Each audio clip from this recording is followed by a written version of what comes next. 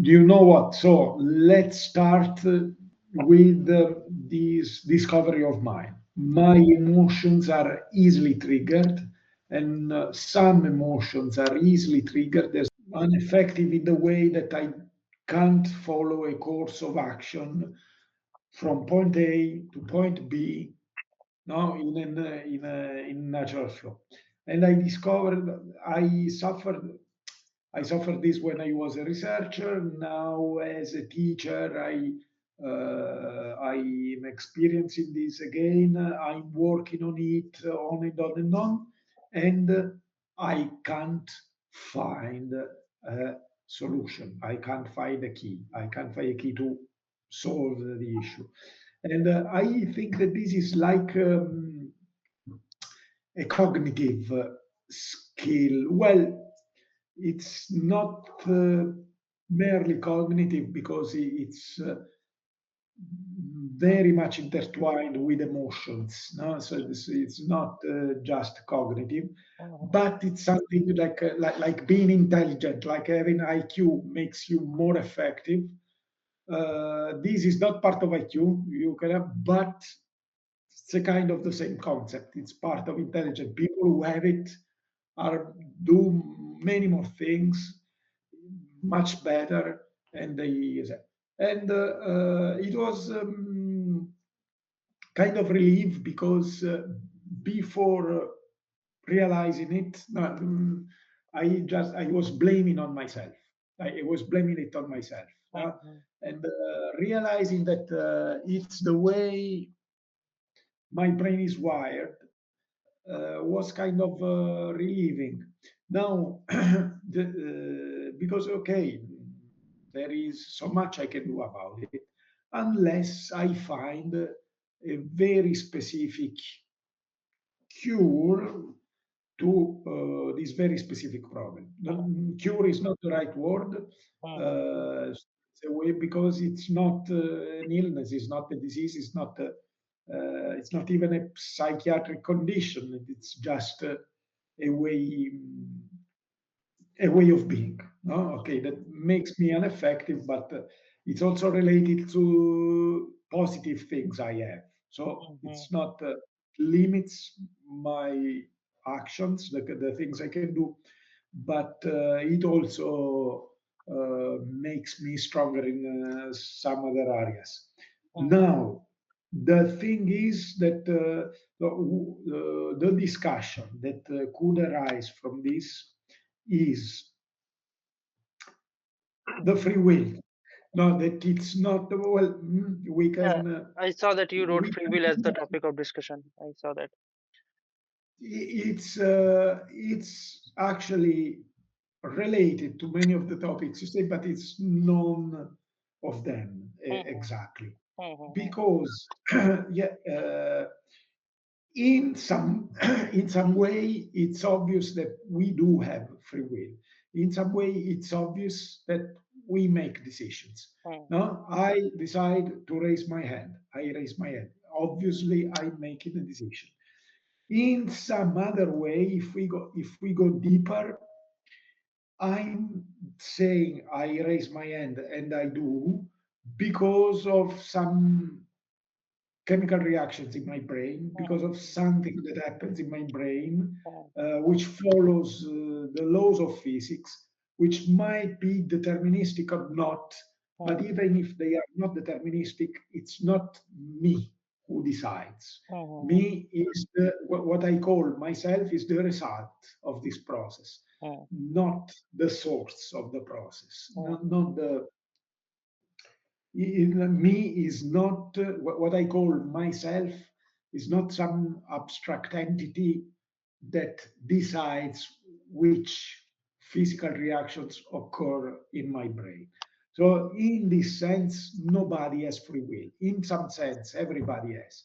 Now, uh, is it better for us to decide that mm, to tell ourselves, is it better for us to tell ourselves that we have free will, or is it good for us to tell that we don't? Mhm. No, that everybody who thought about it say that when we tell ourselves that we don't have free will, we lose agency, we tend to be immoral, we tend to condone ourselves from things bad things that we did. We are less motivated to do good things because we lose this sense that we make the difference and we can choose the good.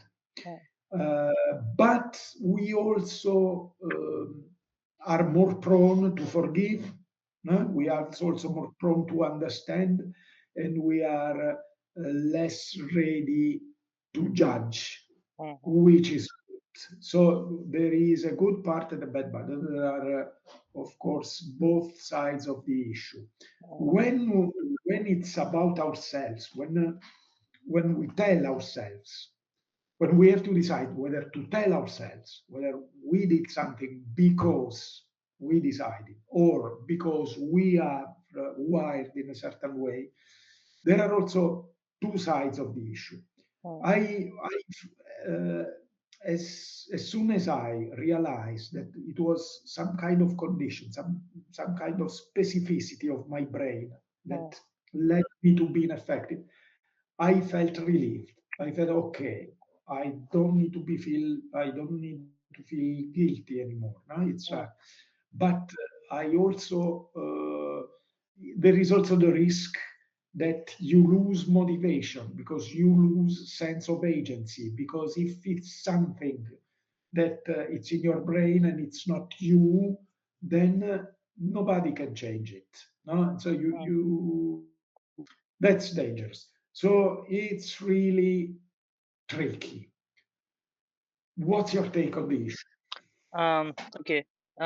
Firstly, have you seen my video on this topic of free will indeterminism or not? Because in that video, in the end segment, I properly talked about the segment and the conclusion that you have come up to. Obviously, it is not just with free will determinism, it is also with subjective objectivity, as I've written in that article. It applies to basically every human aspect or every human concept, that there are both good and bad parts of it. And being wise, this is how I define wise, as the ability to make proper decisions. And a proper decision in this context would be to maximize the good part and minimize the bad part. Obviously, like when in any kind of subjective or objective experience, in free will or determinism aspect, any kind of aspect. And therefore, in my article, I've like specifically wrote how should we use both free will and determinism in basically in ratio, or in which conditions should we go with which kind of thing.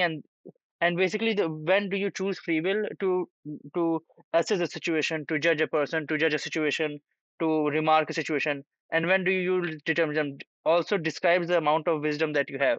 Like it can be a marker to see how much wisdom one have. And the when I wrote the article, I wrote some, like, it was yeah, I can find it. It was a rough framework, and forgiving oneself and forgiving other self, it was also part of the free will dynamics. And how can we not completely forgive ourselves so that we can learn from our mistakes? And like it was a complete framework that I defined in that. So if you want, I can read that here, but yeah, it is already written on the article page and also in the web. I already talked about detail about this in the video. So there goes that. And the other things about in general about free will and determinism, I have thought about it a lot, similar to how about a lot of other dichotomies that humans have. And this is the general conclusion that the point is humans are this is how the new question that I formed, that uh, human is equal to humane plus animalistic stuff. And animalistic is something that we have got from evolution, and humans are the skills that only specifically homo sapiens have, let's say, things like that. And in that, a lot of things can come into action, specifically things like self-reflection and introspection. These kind of things are only possible by humans. Other animals cannot do it properly. And it can also, I think, encompass some specific forms of emotions, basically all the skills or all the traits, all the qualities that only humans have but other animals don't have. So this is how I define human. And in this equation, the thing is, we have, let's say, a good amount of a human part and good amount of animalistic part. Animalistic part would be the we just running on and working as per our animalistic instincts, the things that we got from evolution, from the jungle, all pleasure driven, fearing from danger and all the things. Like basically the animalistic trait that even animals can easily do and majorly do in their life. So these are the two aspects of human broadly divided like that. And in these two aspects, again, there are good parts of both and bad parts of both. So we need to balance that as well. And when do we choose what defines the kind of wisdom that we have? And same goes for wisdom as well. And for wisdom also, for free will also, free will. This is how I defined. I talked about it in a panel of free will and determinism discussion. Free will is something that is very hard to earn. Like it's an expensive entity, and like free will in that sense, I talked it about it very similar to any other quality that human gain over time through education, through hard work. Like let's say craftsmanship, how to make a proper chair. That is something that's very hard to learn. Like you need to properly master it. Similarly, with free will, you need to master a lot of other elemental traits that are very human. That is courage. In my video in my article I talk about like the small elemental things that you need to master. Courage. There were a lot of them. Let me go through the image to see. Yeah, it was let it load. Courage, responsibility, finding your own purpose, handling suffering, being honest, confrontation. These are some of the essential humane skill that we have as humans, that we need to master. And when we work all of them together in a proper thing, that allows us to have more free will. In my article, my video, I've talked about how each of these elements lead to having more free will individually and collectively. So yeah, in this context, free will is something that we have to gain more and more. And in the previous equation that I was talking, the more humane we get, the more we work on this quality of ours that is only specific to humans, that are not animalistic, the more free we will get. And the more animalistic we get, the more deterministic we will get. So animalistic is equivalent to determinism, and humane is equal to free will. That is how I see in that equation. Because yeah, animals majorly don't have a choice in their life because they don't have those specific human qualities. Like yeah, a lion cannot choose to not eat a deer or other animal because he is determined to work in that. But humans have choice, and for that choice, we need to go through a lot of our courage. Like we need to have honesty with ourselves. We need to have a principle value system. We need to have a purpose in life. We have to like a lot of elemental skill. We need to have courage to make decision for ourselves, even though it will maximize suffering. A lion, because it is just driven by evolutionary traits, a lion will never maximize its suffering for something else. It will always try to minimize its suffering. So it is easier for a lion to eat a deer, it will do that. There is no choice kind of thing. But for humans, we have the ability to think in an introspective manner and follow a purpose system. And so we can even choose suffering in short term for our long term benefit of or following a purpose, following a passion, like these kind of things. But animals cannot do. They are designed in that specific way. So basically, yeah, this is one another. Again, I talked about all of this in very much detail in the video in the article. But basically, yeah, it's about a thing that you learn. It's about a skill that you earn through time. You need to invest a lot of time in yourself in working on your qualities, and then you gain more and more free will. So free will is something that is earned. So that was one of the angle I've talked about. But in the specific case that you are mentioning right now, and the effectiveness angle that I've also seen before. And this is why I sent you that article from Effective Altruism Forum when I was reading that, because I remember earlier also when we talked about some of the other ideas, then one of the main arguments that you come up with is that it can be done, it is altruistic, but it is not very effective. So the emphasis and focus on being effective. And I somewhat try to say that in attempt to being effective, you are not getting to do anything, like that kind of basic quotation. Don't let the perfect be the enemy of good, that kind of situation. So in trying to be effective, don't do anything that is worse, because while you are striving for being perfect, you are also not being good enough, because you're being completely bad when you're trying to be perfect, or when you're trying to be most effective or maximizing that kind of thing. So that is why I refer to that article, because in that article they also talk about this segment, about like sometimes not being effective is actually the most important thing in being effective, because humans are designed to work in a very comparative way if we follow our comparative system. And as the humane quality in humans, it is our responsibility to use our animalistic traits in a better way. Again, the definition of wisdom, whether we are able to utilize our animalistic traits, animalistic instincts for a better humane purpose. That is again something of wisdom. So this ability or this drive to be always be effective, if we just like let ourselves go with it, then we will not even be the as much effective as we can be when we don't think about it that much. So basically thinking about it more and more, striving for being effective all the time makes it even less effective. That kind of irony, kind of thing, paradoxical thing. And yeah, I have noticed this not just on you, with some other people when they're trying to optimize their life using calendars and to-do list and all that stuff. I've seen that they will spend 2 hours in just maintaining their calendar. Well, in that 2 hours they can do something else, and they can just have like a rough idea of their day in mind. And then they like, it's a recursive thing. I have like closely observed a person like this. The thing that they did was, again, like they had a schedule, like they make a to-do list or they make a calendar, and obviously they are human, they have some limitations, frictions, things are very uncertain, and obviously they're not able to follow it properly, and then they even beat themselves on that okay, I'm such a bad person, I'm not able to follow. And then it becomes a recursive cycle, and it keeps on, and the more bad they feel about themselves, the less they can actually do, because they're spending time in feeling bad about themselves, and this whole thing is like spiraling toward a negative thing. So they're neither feeling good about themselves and neither being effective. Like it's a bad situation. And at the same time, if they would focus less on thinking of how to do things and just have a be driven by a purpose and be driven by a thing that they have to do, then they will automatically find a way, and they'll also feel more fulfilled and also that kind of situation. And so I have also seen like there was a name for this where basically I think Analysis paralysis. analysis paralysis can be used for this, yeah, but there was some specific word like analysis paralysis, like the broader term. But I was talking about the specific case in which people just for optimizing for any, like not just analysis, like optimizing for effectiveness.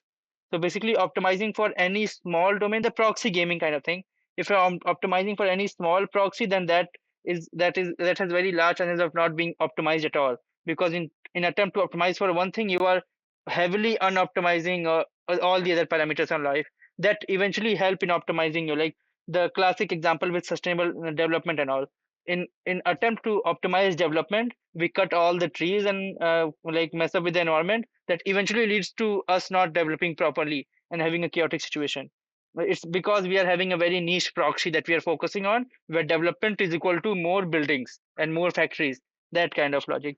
So yeah, the kind of proxy we choose is very important. And again, I can take this slowly to the whole segment of NOBP thing that I follow myself, non-output based processing, that basically not trying to have any specific kind of optimization function or trying to optimize for anything, but yeah, trying myself my best to do whatever I'm doing right now, whatever small task I have right now, with full amount of attention, that kind of thing, and not getting too much into the planning thing and being effective and all. Like it's like, can I do this thing and think for a while, like not to spend all time in exploration, and see like, can I do this, and yeah, obviously then I can do it and go with it. And same has led me to do, like currently I'm also moderating the EA course. So yeah, I could have like thought a lot about it, but I thought, okay, I have some amount of time on my hand and I can moderate this thing. I have to go through the reading. I just did that, so that kind of thing. And yeah, if you go through the reading that I sent you on WhatsApp, you'll get this exact thing that I talked about, but in a more detailed and professional tone. Yeah, Madhusudan, yeah. with the risk of asking you something you've already written, I would like to reply to what you said, which is very interesting and very true. So, if you, I didn't read your article about it. So, you tell me if it's something you already addressed, then we switch to another topic. But you are following two lines of reasoning, which are both very interesting. Now, about the free will, you speak about the humane part and the animal part that we have, and you connect and you associate the free will to the human part, and the lack of it to the animal part. However, this is something that you might have already thought about and written about. However, also the humane part is the result of a process, of a physical process, of a physical reactions inside our brains. I mean, it's the result of brain activity, or at least bodily activity, as far as we know. I mean, we are not aware of evidence that suggests otherwise. And so it is also the result of something that we don't have control of ultimately. Okay, of course, there is a sense in which it is free will. It is the decision of becoming wiser, of becoming the better version of ourselves, which is a very lengthy process of honing many specific competencies that together form a better person, that together conspire to build up a better person. And this is this is wisdom, a very elegant definition of wisdom, which I can embrace and which I can make mine. I mean, I can borrow it from you and use it. And but still it doesn't resolve the fact that ultimately, at the very fundamental level, we don't know whether there is an I, a self, that really changes reality, and it's not the result of a reality and its inexorable course. This is one of it, but I really take your suggestion. I'm really sincere in taking your suggestion of honing certain skills and be patient and think long run and think to build the best version of ourselves and courage and think. And I thought I've been doing this at least for 14 years, since 2012, when I started to think more deeply about it. And still, I did. Sometimes I look back and I see very stupid errors, which is fine, and I shouldn't blame myself and everything, and keep going and forgiving yourself, because this is part of becoming a better person. A better self forgives itself for its limitations. And I think that the error that you pointed to, the overthinking, the over rationalizing, the wanting to become effective in realms which don't, it's better not to optimize for effectiveness. I think it's a mistake of inexperience, of naiveness. Now, when then you start, if you go deeper, if you think better on it, you start realizing that sometimes you need to follow logic. Sometimes you need to follow rationality. Is not logic. Logic is a very tiny part of rationality. Rationality is, and this I'm trying to quote John Vervaeken. Waking Back the Meaning Crisis. I loved this series. I watched the videos. I didn't read the book, I have to confess. But I mean, the series was many hours of deep listening. So, and he says that rationality, it's not about being logic. It's about choosing from infinite options, choosing the set, the small subset of options which are optimal for what you want to achieve. And so it's about pattern recognition. It's not about a. It's not about Aristotelian logic. It's not about. Say, it's not about certainty. It's about probability. It's about guess. And when do you need to use logic? When formal logic? When do you need to use rationality in a broader sense? When do you need to just follow your instincts and don't worry? It's also something that you learn by experience if you put yourself in the right mindset.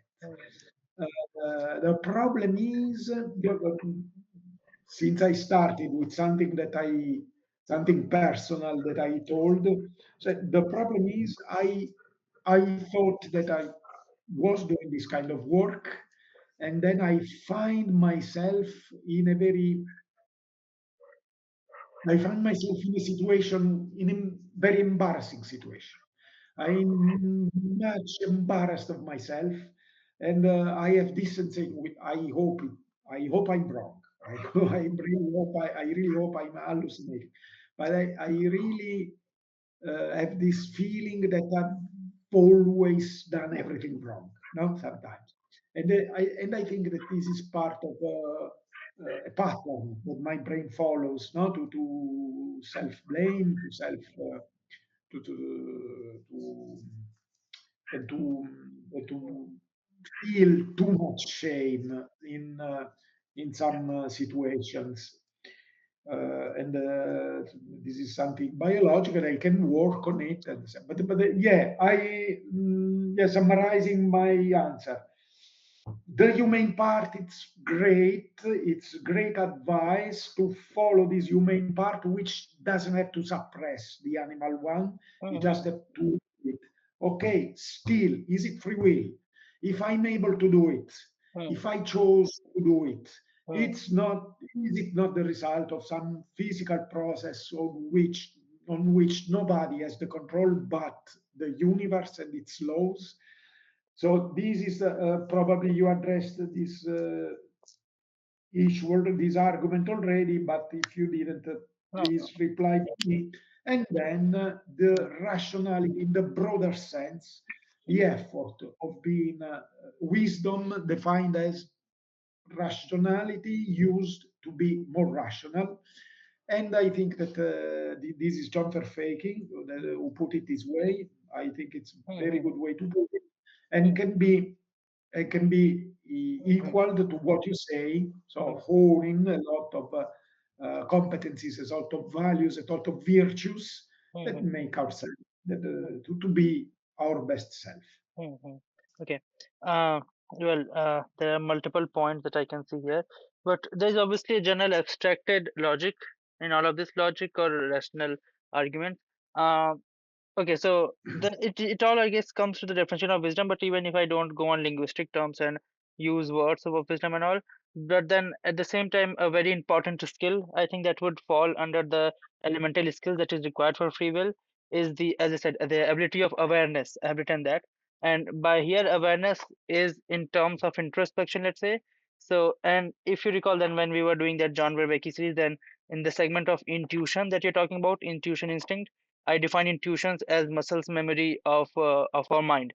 So basically, those intuitions are also found with muscles memory, and those muscles memory of mind in this context, not of context of math, but in context of life and in context of choice, in context of decision making and lifestyle, is through a lot of reflection and introspection about life, what we are doing, what do we want, uh, introspecting about our value system, on seeing our like basically just seeing ourselves from an observer point of view.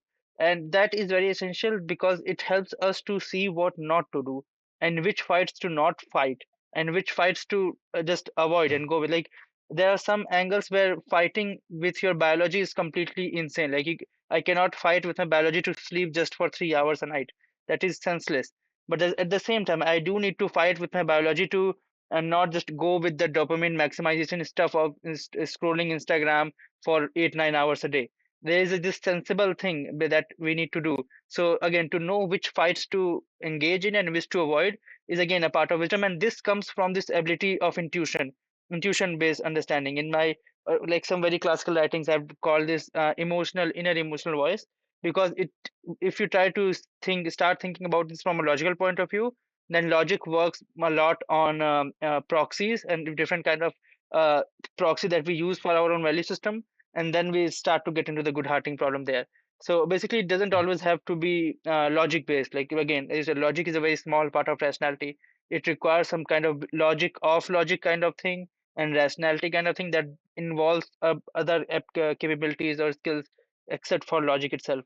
So yeah, but in all of this thing, the one thing that I think is missing from all of your arguments or points is this ability of self introspection and always self correction kind of mood. And this comes from this intuition, like refining our intuition. The thing that you talk about, rational wisdom of John Vervaeke, rationality is the rationalizing rationalism, like that kind of thing. The definition that you gave. So obviously that is a very good definition of wisdom, but that in the context of introspection when it comes to life. because we can also generalize it to other angle of like with maths or physics. In that also we need to be rational in a specific way, but to deal with things of life we need to be rational in a different way. So it's like the kind of rationality we need. Obviously I get that this was the same context that you're talking about, but I'm just clarifying it so it doesn't get confused with other kind of rationality and what do words mean. That's why I was not getting into linguistic. But yeah, in stoicism also this thing is very properly mentioned. Like there's this spectrum between stoicism and cynicism. Like when do we have to fight, like which fights to fight and which fights to not engage in and let it go. Stoicism also somewhat say this same thing in a different language. So it has been said in all kind of wisdom literature all over the world and all over the time, because yeah, it's very common. And it's very common to get completely burned with the fights that we don't have to fight. And the problem there is not that we are not fighting or being lazy and all. The problem is that we are engaging in a senseless fight. And again, if we track our back to our animalistic path, then this classical thing that human brain likes to be in, like not just human brain, everything likes to be in a momentum. To change momentum is one of the hardest thing that we can do. Even in physics, to change momentum is a hard thing. We like to be in inertia. So again, if you watch some videos of Henry Huberman, I have read also some of the articles that he links in description. The fact that human mind likes to be in a continuous state of momentum. If it is at still, it likes to be in a state of still. If it is working, it's like we'd like to do one kind of thing. When we have to change the type of task, it's get very hectic for us to do that. Even in subject matter, like if someone is like specializing in philosophy and they have to suddenly change and work in something that is very unrelated to philosophy. I don't know what that can be, but yeah, let's say engineering thing of like trying to make electrical circuit.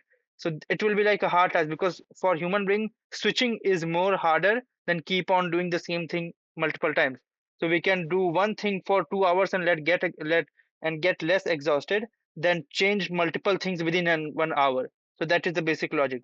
That changing things is very compute heavy for our brain.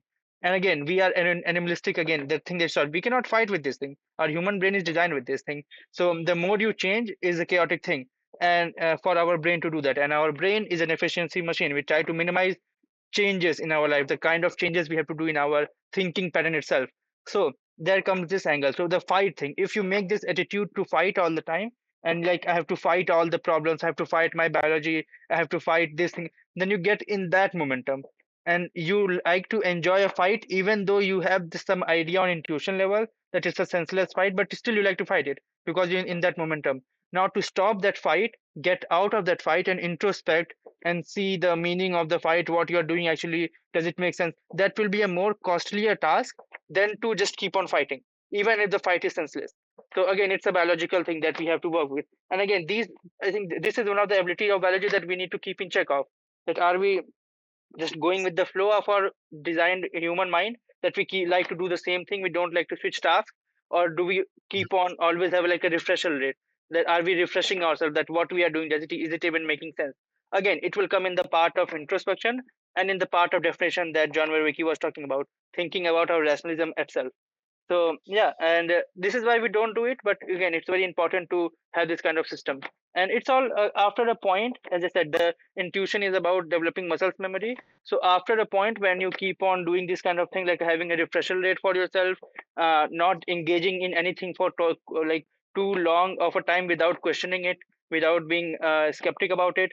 That okay, if I'm like fighting, like let's say someone is fighting with their biology, that they don't want to scroll Instagram for like more than 30 minutes per day, and you keep on questioning that, you keep on fighting that, and then you don't take a moment to analyze yourself, analyze your decision, then that itself is a chaotic thing, because you are engaging in something that is actually easier for you, not taking the harder path of getting out of your body, getting out of your routine. So yeah, it's again, you have to be very careful, and this comes from wisdom, this comes from experience, I said, this comes from not being naive with your body, knowing when to fight with her body and not to fight with her body. And yeah, if you don't properly achieve this thing, then it will be a chaotic thing for all the time. And the other problem, the other segment that you talked about, in that only one other angle that I can see here is this, again, a contrary thing, a complementary thing with what I was saying, is to know what not to do. Like it is very important to know what to do, but at the same time it is also very important to know what not to do. So if you know that I have to do this thing, but you don't have any specific constraint for yourself or about your life, that these are the things that I don't have to do. So like again, whenever you'll get away from those things that you are doing, you'll very quickly like attract toward the things that you are not supposed to do, because you have not set a constraint rule for yourself. Like this goes in both way. I have talked about this in a video. So it is obviously important to know what you want to do, the purpose thing. At the same time, it is equally important to know what you don't want to do. And at the same time, it is not only necessary to know what not to do. You also need to know what to do. So you need both of these things. You cannot go with either one of them. You can like make a 4 by 4 square confusion matrix, what to do, what not to do, and make pairing of that. And having both of them is equally important. If you let go any of them, then it will be a chaotic situation overall. Similar to the whole logic of autonomy and agency that we have, that you need both autonomy and agency in your life to actually be able to do something. Similarly in this question, you need to have both of these things in a proper order, in a proper rhythm, to actually make some sensible progress, or not to be in a always burned out situation, because this is the proper thing, the fight situation. Who wants to fight with their biology all the time? Even if they are winning, but they're actually burning themselves out, and they are in a exhausted state all the time. So yeah, it is again a wisdom thing to know when not to fight. So basically, yeah, that's all I have to say. And I have not talked about this specifically in any of my video anywhere else, because I'm just working on this general framework right now that I will post in some few days. I have already worked on this earlier, but I never like wrote about it or talked about it. But I recently talked about it to another philosopher a few days ago, 10 days ago, and then I came to see the importance of it and how much it is relevant to all kind of human behavior. So I'll make that framework and I'll post it somewhere. But there's this general framework of human traits whenever we have this kind of dichotomies in our life, like dichotomies of free will determinism, dichotomies of what to do and what not to do, dichotomies of subjectivity and objectivity. We are not going to that, but whenever we have dichotomies, it's always important to deal with it in a specific manner, or else we go in a complete chaotic manner. Because again, this is another human trait, to assume that negation is indifferent. So if we are doing one thing that and it proves to be ineffective, or it gives bad result, then we completely jump to the opposite side of it, and we think that now we are going in a good direction. But that is obviously not true. Negation is not indifferent. If you negate wrong, that doesn't mean you are in a right direction. That means you might be just some another wrong situation. One wrong, not doing one wrong doesn't lead to one another right. So that kind of thing. Yeah, so these are like a basic framework that I have worked on. I'll probably make it more articulate and put it soon. Yeah. Madhusudan, Yeah. may I intervene at this point? Yeah, sure. Because you said something, I completely agree with what you said. You said Mhm, something which I find very relevant for me now, mhm, because I'm especially speaking about the first thing you said of the two, which is we need to know whether we are pointlessly fighting against ourselves, no, mhm, against our animal part, instead mhm, of using its energy, instead mhm. of directing it, we want to suppress it, And and instead of that's accepting it as well, yeah, sometimes it's not possible to direct it, or you just have to accept it. It's not possible. You have just to accept it, that you have to drink water, you have to get oxygen, you have to sleep. That's something that you just have to accept. Yeah. exactly. And sometimes, but I mean, sometimes you just let it go. Hmm. Other times you just Right. Yeah. nudge it, Hmm. Hmm. but you never can Hmm. work against it. Hmm. Hmm. But of course, sometimes, as you said, Hmm. willpower is important, not to give in to scrolling and things. Now I'm in the middle of this dilemma, because I'm teaching, and teaching requires skills I don't have, requires honing specific virtues I'm not particularly strong, and requires facing occasionally strong shame, strong sense of Hmm. Hmm. lack of agency, no, and lack of clarity, and sometimes it's really hard. Hmm. And so I don't know whether I'm fighting against myself, against my animal part, as you put it, and I'm pointlessly doing it. I should do something else in which my animal part trains the rest. towards a meaningful goal, or whether if I give up, I'm giving up like if I started to scroll 3 hours a day. So in this, it's very difficult. I'm not able to have a clear sense of what I should do. Yeah, you said you made another analogy very, very relevant to my situation. When you said that you are in a fight, sometimes you are in a fight and you want to keep fighting, even though the fight might be pointless. And so you should quit the fight, see what it means, see whether it's worth keeping it or not. And so this is I'm trying to do these days. Of course, I have. I mean, I have to finish until August. Until June. I have to teach, and I have to face all the difficulties. But I'm still. And I've been thinking on it whenever. But my problem is also, okay, everything else I could do at 53 require capacities I'm not particularly good at. Not more. I'm very, very bad at like planning, organizing, strategizing. I'm very bad at it. I'm biologically bad at it. I can improve. I'll never be good. I'll never be strong. I can improve even a lot, but I cannot base a life choice. I mean, at 53. This is something very difficult for me to decide. Yeah, but then if you have a suggestion, I'll take it. But I say now, one thing. This is for the part I completely agree, and we are on the same boat. And you said something that I can use. And that's true.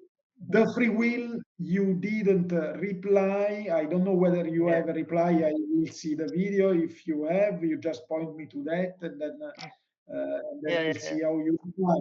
You may, even if you take the most noble thing that humans do, still it's something they do because there is a structure in the brain, and the structure we didn't build ourselves. I mean, the structure we are born with. I mean, it developed not because we wanted it. I mean, and so how can you speak about free will unless you speak about free will in the obvious sense of the term? You make choices because because choice is an English word that means something, and we do choose, and this is free will, but in an obvious sense, not in a deeper, fundamental sense. Yeah, well, okay. Uh, yeah, last time I forgot to also talk about this question of yours, like, where is there free will to choose? Free will also requires free will, that kind of logic. And the thing that we had with physics, like it's turtle all the way down. Like if on back of turtle the whole solar system is sitting on, then where is this turtle sitting on? So similarly, if someone is able to make a choice to choose free will, then how are they able to make the choice in the first place? The ability to make choice is itself a free will thing. You cannot, it becomes tautological and circular logic. I get all that, and that is one of the only reasons that in my video also I talked clearly about it. And till now I have not got a proper counter argument to that, or to say anything to like satisfy that equation or to satisfy that logic. I don't have. That is also one of the reasons why I sometimes or majorly accept determinism as one of the also important factors in life. That okay, we cannot completely say that everything is free willed. And that is why, like in my like all of the arguments also, I said that it's not like we are completely free will entity. There is also deterministic part. And if I have to talk about how does like that actually one is able to have a free will thing, then firstly I have gone through a lot of literature in this segment for my own interest and for my research and for my own like satisfaction of a theory of what I want to live my life with, but I have not found any proper conclusion like from literature. I've read current literature from Alex O'Connor, Sam Harris. I've read past literature, but no one says anything prominently. There are again philosophers and researchers who lean toward either side. They don't have a conclusive statement to prove either side, like if everything is deterministic or everything is free will, but they lean towards one of the thing. It might be due to some personal bias, some gut feeling, something like that. And I myself also lean toward free will. I don't have a conclusive argument to say that okay, this is why the thing is free will, and I have not even found an argument till now. I have talked with ChatGPT tons about it. I have read tons about it, but I cannot find a conclusive argument. And this is one of the most uh, I don't know how to say, like the most strongest arguments against free will. That if free will exists, then how does free will come to the extent of the first place? And yeah, to be honest, I don't have a proper answer to it, so I cannot say how does it happen. And yeah, but now talking about things in the context that you're talking about, then as I said earlier, it's all about choice, and the choice that you make makes you. So that the whenever you make the choice of going through free will in a situation where you should go deterministic, that makes you you. Like let's say you can define it as someone who is senselessly getting involved in fights, and at the same time when you're making a choice of going with determinism without going for with free will, then it might define you as someone who is just choosing the lazy way out and like blaming things on other. In my article I have talked about this, like this choice thing, when to Sorry, choose what. sorry, say it again. I didn't get it. Sorry. So yeah, I was The last part. yeah, I was talking about when the kind of choice you make, or the choice you make to choose free will or determinism in which kind of situation, also defines the kind of person that you have become and you are becoming, with a combination of both free will and determinism. So the choices you makes you, and but the choices that you make are already decided based on what you were already. So it's again a mixture of free will and determinism. So like ontologically, you cannot call yourself like truly free will or totally deterministic in that sense. And again, in my article, in my video, I have talked about this one segment of my own perspective on this. That how should we define on which kind of choices should be made, on which on which basis, like when should we use determinism. But yeah, going into that is senseless in this topic. And yeah, talking about this specific segment of yours, like in your specific case, to use determinism and how to properly figure out that when should we use determinism and when should we go with free will. Basically, when should we fight a fight or when should we avoid a fight to make this kind of choice. As I said, the essential thing, again, John Verwicki was also talking about, I think, is this ability of humans to go meta and be reflective, that kind of ability. So the more reflective we get, the more you train yourself to be more aware of yourself, the easier it will be for you to make such kind of decisions on the fly, basically. So basically, the more you drive bike, the easier it will be for you to take a sharp turn. So that kind of thing, because that is the whole purpose, that you don't have to think about driving. That's when you can say that you know how to drive. If you're thinking about driving all the time, then that means you're learning, you have not learned how to drive, that kind of thing. So same goes for intuitions as well. As I said, intuitions are basically muscles memory. So when you know enough about yourself, again, the more you try to find this answer outside, from me, from a book, from a self, or anything, the worse you are making the situation. Because you might have heard it, like everyone has a very subjective life and every very subjective answers. It depends on all of the deterministic angles, how you were raised, how you were formed, which kind of things you have seen. At the same time, it depends on all kind of free will options, that which kind of decisions and you make and for what purposes. So basically, it's like in this kind of situation, actually the subjectivity comes in, and then this is its objective answer to this subjective question. That the more aware you are about yourself, the more introspective you are about yourself, the more you will have this muscles memory to quickly make the decisions. You will have better decision power. Should I fight or not? And the easier, it's not like you'll just be able to make it quicker, it will also be more robust, and you'll have a reasoning. So you'll have a very strong reasoning that you will put in a decision that you'll make in such kind of situation, to fight or not to fight. And you'll not even have to think about it, because you've already trained yourself to gain that intuition level. Basically, the whole analogy that I gave earlier about neural networks and all, we train with a lot of data so that we can get very precise and important amount of data that we want, and that is very quick because it has done all the training before. That classic example, that the most experienced doctors just spend their 10 minutes, but they charge the highest amount, because they have spent 10 years to polish their 10 minutes. So that kind of logic, the more amount of time you spend in the gym, the less amount of time you need to spend in the fight. Like all of the analogy and logic can come here. And in context of self, that's why in my a bit about love video, and also in my free will video, the awareness part is very essential. And at the same time, if you go through the literature of Hinduism, I specifically I can talk about the literature about Gita and all, and any Upanishads. And at the same time, if you go to the literature of Marcus Aurelius and the whole basic concept of Übermensch from Nietzsche, in all of them, introspection, self-awareness is a very essential topic, because you are the only one who knows properly about yourself and most about yourself. This is the exact thing I have said in my video also, and therefore you should also use free will on yourself the best. The less you know about others, the less you can use free will.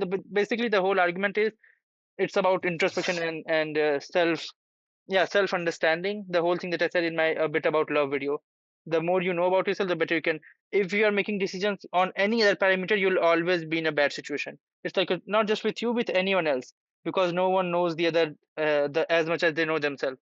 So that's kind of the response. And again, then comes the other set of philosophy and logic, that if you don't focus on yourself, if you don't do introspection and form yourself by your own choices, then someone else will do that for you, and they will do it based on their preferences. The whole marketing thing, the whole manipulation thing that comes into action. If you are not very introspective to see how you are making yourself, then other people will plant things, and again, you will become more animalistic. You'll get more deterministic. It's like that logic. So being able to be aware of yourself, being able to do all this introspection thing that I'm trying to talk, is again a part of humane quality that only humans have. As I said initially, only animals cannot introspect about themselves, but humans can. So this is one of the humane quality that you need to properly facilitate free will. If you don't do this, then you'll get into the track of animalistic deterministic path. Yeah, it will get chaotic, that's why. And yeah, so yeah, that was my thing. And I cannot truly say about this first point of yours, about where does the first point of making the decision comes into. I don't know, no one's in the history, no one's in the present, I don't know how to talk about it. Yeah. Madhusudan, Yeah. I have to, I thank you because I really have the feeling that I used 1 hour of your time to make my life better because I needed to enter in that space that you Yeah. just described. Well, I needed this conversation to enter in that space, the space of mhm, self-awareness.